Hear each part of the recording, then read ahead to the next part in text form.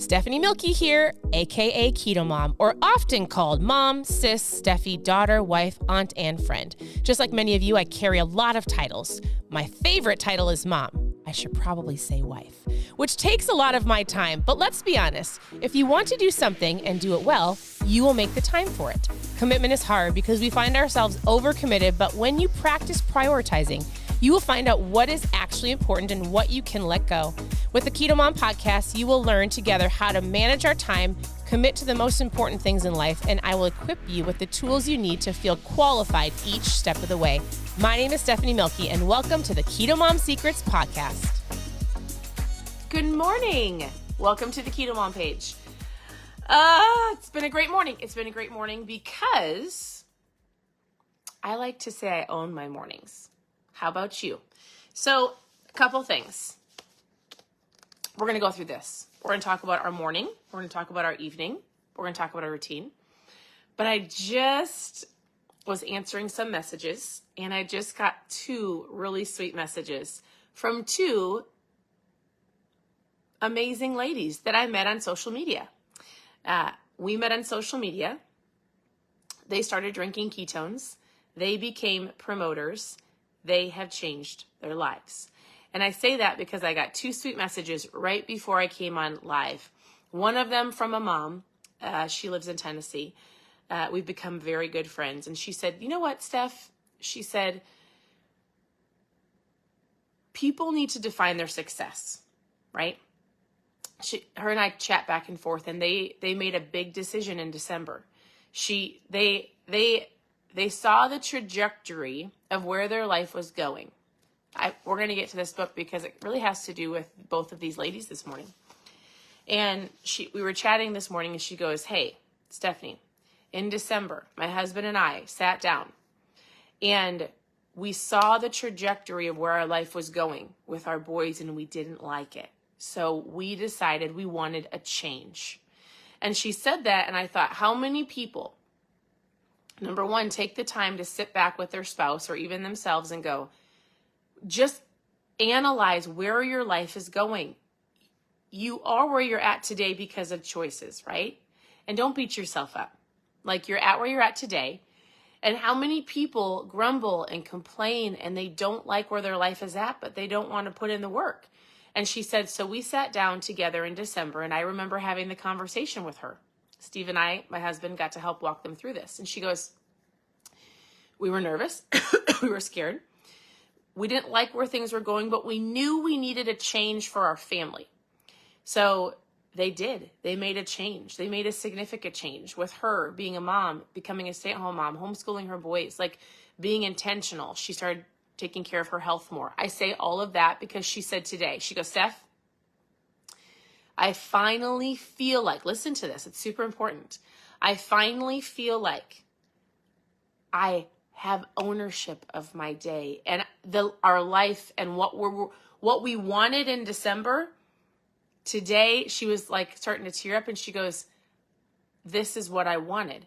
I feel like I know where we're going with our boys. These are the things that needed to happen. Like, I feel like I'm owning my day and my life and the relationship with my kids. And guess what?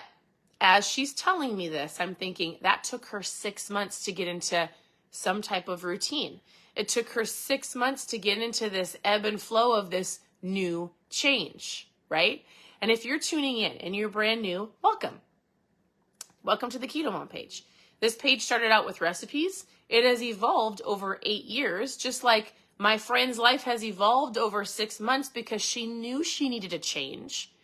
My husband and I he knew he needed a change and wanted to lose weight 8 years ago. And we started to change. And guess what? It wasn't overnight. So my friend today said, hey, I'm so happy. She goes, it's not the success in some areas, and that might have to be financially, some other things they're working on. But she goes, I feel like I'm having success. This is what success means to me. And it took her 6 months to get from there to here. And I want you to know something. Some of you don't like the trajectory of the life or the path that your life is on, and it might just be in your health and fitness. right? Like, I don't like where my health is going. I don't like. Guess what? It's time for a change, just like my friend did. It wasn't overnight. So, and she's still working on it. But she said from here, December till today, she made significant change. And it wasn't easy. If you watched the live yesterday, we talked about the old school merry-go-round, where like you are pushing and you're pushing, right, in order to get momentum. I'm going to show you. And when you do, and you stick with it, you will have momentum that will go into the rest of your life. This thing right here, right? Yesterday we talked about the power of big momentum. That it doesn't just show up, it shows up when you put in the work. And so I'm so proud of her. I also had another friend that messaged me. She lives in Georgia. I met both of them online here. And she's like, Stephanie, I did it. I woke up this morning and I owned my morning, which is so crazy that both of these ladies messaged me right before I decided to come on here and talk to you, because I'm going to talk to you about a routine power. And I will tell you that she said, hey, I got up in the morning and I owned my morning.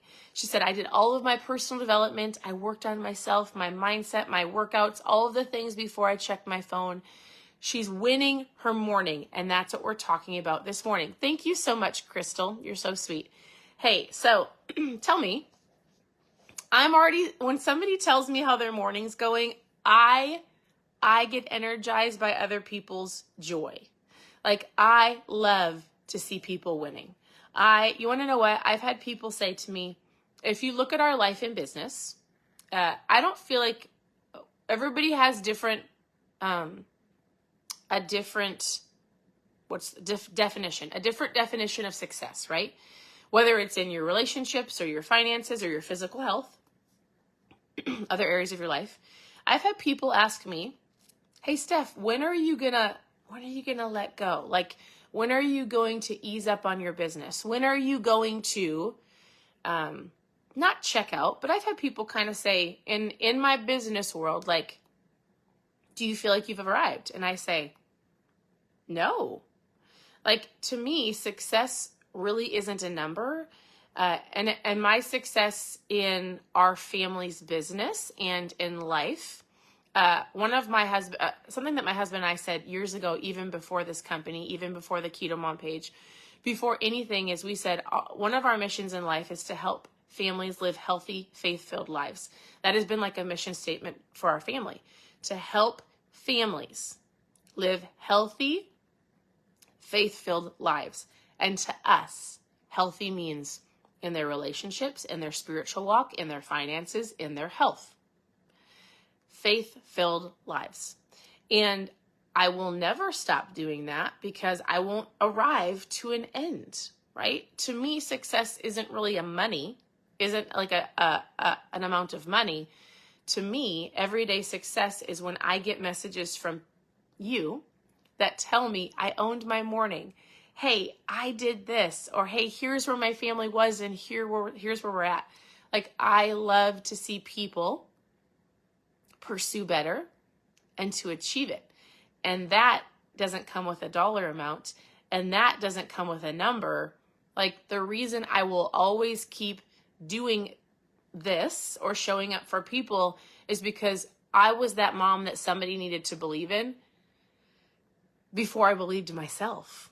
Like, we had people, specifically I've had people my whole life. I've been blessed with mentors. I've sought them out, just so you know. Like, let me tell you this. Sometimes you might feel like, we're going to get to the book, I promise. This might be long, but sometimes you might feel like, I don't have anybody. Like, I don't have a group of people. I don't have a mentor. I don't have somebody that believes in me. Guess what? My husband and I, when we first were married and then we moved away from everything that we knew, we took a huge leap of faith, because my husband got a job in Oklahoma at a church called Life Church. And I never would have guessed that we would move away from everything that we knew in Minnesota, ever. I never would have thought that. But we had this little thing inside of us that we were like, but we know we need to go. Or we just knew we needed to do it. It was super scary. But do you ever have that, like, I just know I need to do that. We didn't know the outcome. We didn't know anybody. We didn't even know what was going to come next. We just knew we needed to go. And when we got to that place, we knew only a couple people from social media, from plugging into the church.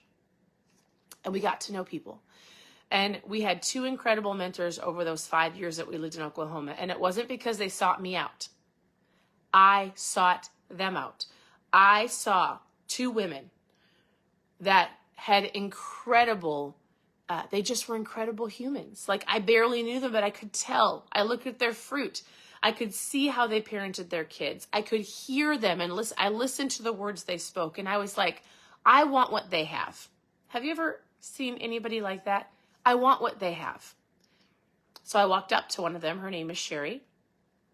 And I remember she didn't even know I was watching her. And I said, hey, my name is Stephanie. And I think I said something like, we're new to town. I want what you have. Like, I would love to get to know you. You seem like an incredible mom. I was a brand new mom. I had a brand new baby of our second daughter. Our first daughter was 2. She had 3 girls. They were a little bit older than my girls. Listen, people might not seek you out to mentor you. If you want to become the best version of you and you see people that are pursuing the things that you want, they've already walked through it. If you see people in your life anywhere, whether it's at your work or a neighbor, or maybe it's a grandma, or maybe it's somebody at your church, and you're like, how did you get there? Ask. How do we expect to be a better version of ourselves if we're not led by other people, right? Now, also, I had 2 women that I asked, Sherry and Betty, and I love them dearly. And even though we don't live next to each other, I can call them at any point in time. I just talked to Sherry this morning, twice. She is still my mentor and my very good friend. And I will tell you, if you're like, I don't really have anybody in my location, you can have mentors online. I will tell you that a mentor and somebody that I listen to every single day, and he doesn't even know it. His name is Erwin McManus. I listen to him every single day. And he is my long distance through books and podcasts mentor. If there was one person I'd want to meet in my life today, physically, if you could say, hey, Steph, you can meet anybody in the world, anybody, who would you meet? I would go meet Pastor Erwin in LA. Hands down. You need to follow somebody that's already done what you've done. What do you want in life? Where do you want to go? And then you follow the people that have done it. You want to know why? Because they've already stepped on the, what's it called when a military is walking through like a mine? You know, like when it sounds terrible, but like they've got to work through a path without stepping on the mines, right? And they've already worked through a lot of their life. They've already worked through it and they've made mistakes. And you shouldn't have to hit rock bottom. Nobody should ever have to hit rock bottom in order to change their life. Sometimes you hear parents say, well, I'm just going to let them hit rock bottom before they figure it out. What if you didn't have to hit rock bottom? What if you could learn from somebody that did, and then you could skip over all of those mistakes? Wouldn't that be incredible? 100%. So I've had a great morning. I love it when people are winning. And I want you to win as well, which is why I come on in the mornings and we talk about mindset, right? So if you're brand new, welcome. There's recipes on KetoMomSecrets.com. You can go look at all of the books we've done for 2 years, KetoMomSecrets.com. You can tune in here, Instagram, Keto Mom Secrets. But here's what we're talking about, and it really has to do with, I was talking to my friend this morning. Her name is Tessa. I love her. And she said this. She said, I owned my morning. In the book Compound Effect, we're talking about habits compounding over time to change your life. So you've got good habits and bad habits. All of us are going in a direction, right? Are you going in a direction that you want to go, or do you have some habits that are leading you in a direction that you're like, I don't like where this is going? Like my friend Krista this morning, who's in December, she's like, we didn't like where we were going, so we made a change. And over 6 months, she goes, I'm so happy.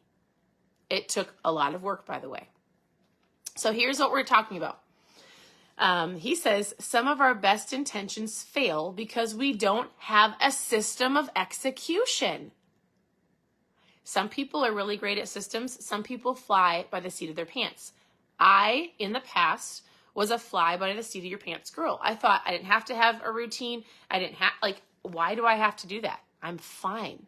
And I'm coming to realize, and I have realized, and I've come a long way about the importance of a calendar, a system in the morning, like scheduling my morning, owning my day, and not letting people run it over for me or owning it for me. It's super important. He says, what's so important is when it comes to it, your new attitudes and your behaviors must incorporate a monthly, a weekly, and a daily routine to affect any real positive change. Is that a monthly, a weekly, and a daily routine? A routine is something that you do every day without fail, so that eventually, like brushing your teeth or putting on your seatbelt, you do it without consciously thinking. Similar to discussing, we've been talking about habits. He goes, I need you to look at anything that you do that's successful. And then you'll see that you probably have developed a routine for it. These routines ease life's stresses by making our actions automatic. To reach new goals and develop new habits. Listen, to reach new goals in your life. Just like my friend Krista, in December, she didn't like where she was going. She made a change to reach a new goal and an area of success that she wanted, which she feels like she's at today, 6 months later. It is necessary to create a new routine to support your objectives. And that's what she did, a routine. And so here's what he says about the routines. He goes, here's what you can control. It's super important. He goes, the key to becoming a world-class in endeavors or performance or anything that you're wanting to do, he goes, it can be difficult, right? You can't predict what other people are going to do in your day. But guess what you can control? 2 things. So if you're taking notes or you're writing this down to take an action step, picking at my hair, he goes this. You can control, you can almost control how your day starts and how your day ends. He goes, if there's 2 things that you can work on in a routine and a place to have a habit, it's in your morning and at night. Almost, right? I'll give you an example. Brand new mom, right? I get up in the morning, I do my morning routine, but I can't control if my baby starts screaming during my morning routine, right? I can't control that, but I can control how I handle it. So in general, he's saying you can control how you start your day and how you end your day. So I'm going to tell you the number 1 book to help you understand the power of your morning. If you are a get up, hit the snooze, running out the door, kids are screaming, people are fighting, and it's more of that than a controlled environment, you need this book. It's called The Morning Miracle, and it is going to help you understand what it means to own your morning. If you can own your morning, that means you're going to learn how to control your attitude. It's going to control your actions. It's going to control your choices. It will bleed into the rest of your day, right? And if you can do that, 100%, it's going to help you have a better attitude. You're going to make better choices. You're going to skip the drive-thru. You've packed your lunch. You've owned your morning. You're going to make better routine. You're going to less likely skip the gym. You're going to be a happier person to be around. Owning your morning is powerful. And so he says this. He goes, in the morning, for example, he goes, I get up. The first thing I do is I think about the things I'm thankful for. If there's one thing that I have read in any self-development book, it doesn't matter if it's Jim Rohn, it doesn't matter if it's Hal Elrod, it doesn't matter if it's Darren Hardy, it doesn't matter if it's, who's the man that wrote Think and Grow Rich? Incredible authors of so many incredible books that I have read, right? And guess what? All of them have said, one of the first things I do in the morning is I get up and I have an attitude of gratitude. A happy heart, a thankful heart, guess what? Will shift your entire day. The words that come out of your mouth are very important. Your words have the power of life and death. So you either get up in the morning and you say, I get to do another day. Thank you, Lord, for another day. You look at your home and you say, thank you for this home. Thank you for my children. Thank you for the job that I get to go do to provide for my family. You might not love it. I'm not saying that you have to love your job or love the circumstances that you're in. and I'm not talking, and I'm not preaching to an abusive situation. Hear me on that, right? There are times when people have to get out. There are times when it's destructive and there needs to be change. And you're like, I'm not thankful for that. That's not what I'm talking to. I'm talking to the people who gripe about things when you really should be thankful. And I'm talking to those who let their day run them over. I'm talking to those who let people run them over. And I'm talking to those who might just be a little bit lazy in their life. And you need a little kick in the pants. So he says, number 1, get up in the morning, take 2 minutes, and just say you're thankful. What you're thankful for. Excuse me. If you really want to go above and beyond, you get out a journal and you write down 3 things you're thankful for. Hey, congratulations to the rebooters. I'll cover that at the end. Y'all are amazing. I did a live in the other group that we're coaching you on. So congratulations. Congratulations. All right. So number 1, he gets up and he has gratitude. Number 2, he says, I get up and I do something odd. He goes, but I love this. I send one person a message that I love. Might be a text message, right? On Messenger, and say, hey, I'm thankful for you. Or I love you. Or here's what I see in you. What if you sent one message every single day to somebody to encourage them? Did you know? Have you ever heard this? What you give, you have forever. If you want something in your life, go give it. If you need encouragement, go give encouragement. If you don't feel loved, go give somebody some love. If you need, this might sound weird. Man, excuse me. This might sound weird to some of you. Some of you it won't.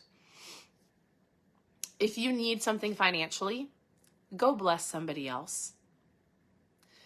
What you give, you have forever. And what you give, guess what?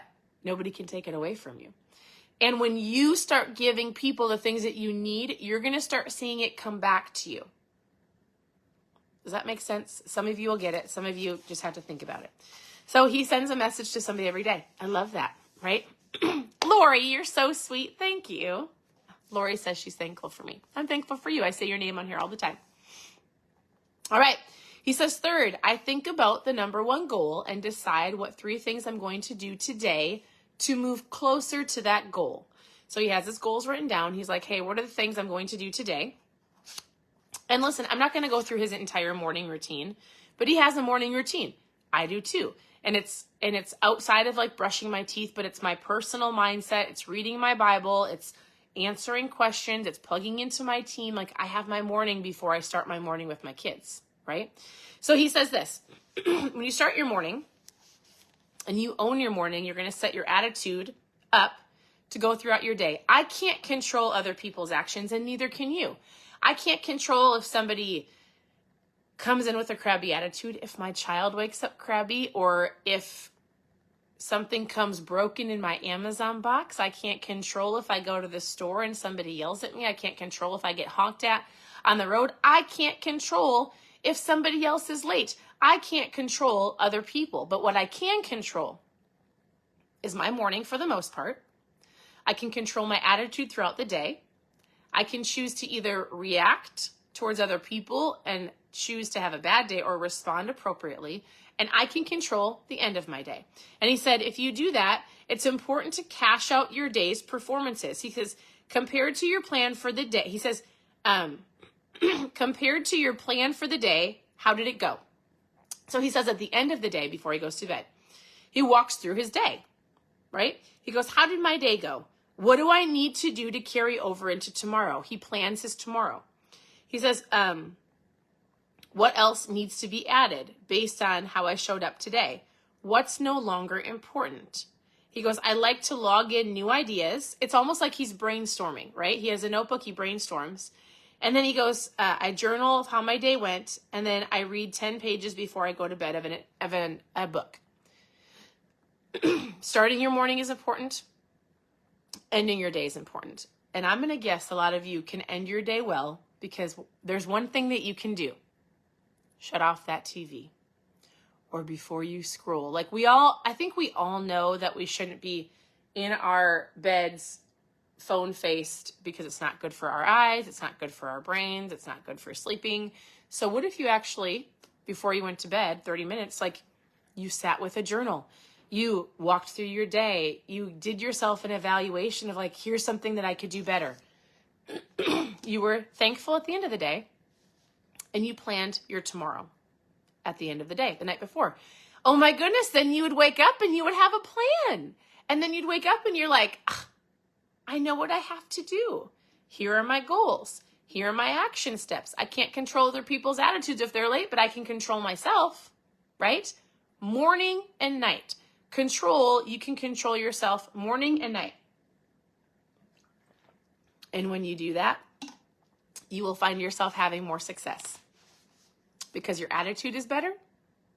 You know that you can't control somebody else, but your morning and night are in control. All right. That is what I'm going to leave you with today. Well, here's what he says. As you do that, you'll find yourself meeting Big Mo. We talked about that yesterday, momentum. And the longer you do it, it creates a rhythm. The more you do it, he says it's the power of consistency and patience. Consistency and patience as you own your morning and own your day. And he said, what did he say? That's it. Consistency and patience. That's the end of that chapter. You can grab the book. It's not the end of that chapter. It totally tricks me.